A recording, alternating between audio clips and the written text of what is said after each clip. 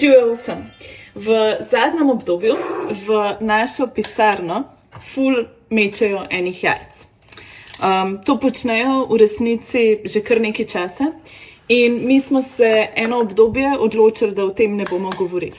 Zaradi tega, ker se nam je zdelo ful pomembno, da ne pokažemo, da smo prestrašeni, ker se nam je zdelo pomembno, da nismo spet žrtve, ker se nam je zdelo pomembno, da v resnici ne delamo spet scene iz stvari, ki se dogajajo. Ampak te stvari so se začele ponavljati. In te stvari se toliko ponavljajo, da smo vse skupaj prijavili policiji in da smo danes tudi montirali varnostne kamere. Odločili pa smo se tudi, da o teh zadevah začnemo javno govoriti. Te stvari se ne dogajajo zato, ker bi bili mi grozni, ali pa ker bi bilo z nami kaj narobe, ali pa zaradi tega, ker pač, ne vem, bi bile ful tečne, ampak ker je to vedno mehanizem nekoga, da te utiša.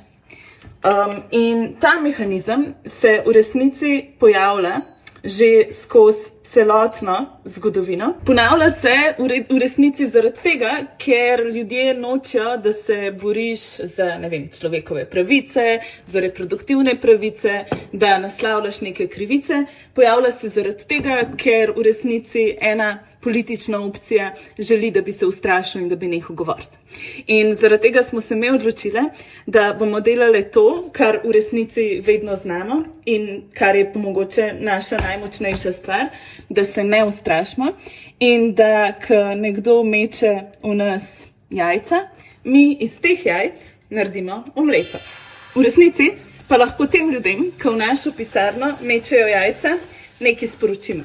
In sicer lahko jim povemo kar direkt. To, kar počnete, je ful fucking patetično in res grozen. In če se z nami želite soočati, se dajte soočati na ravni argumenta, ne pa na ravni tega, da nas probate prestrašiti.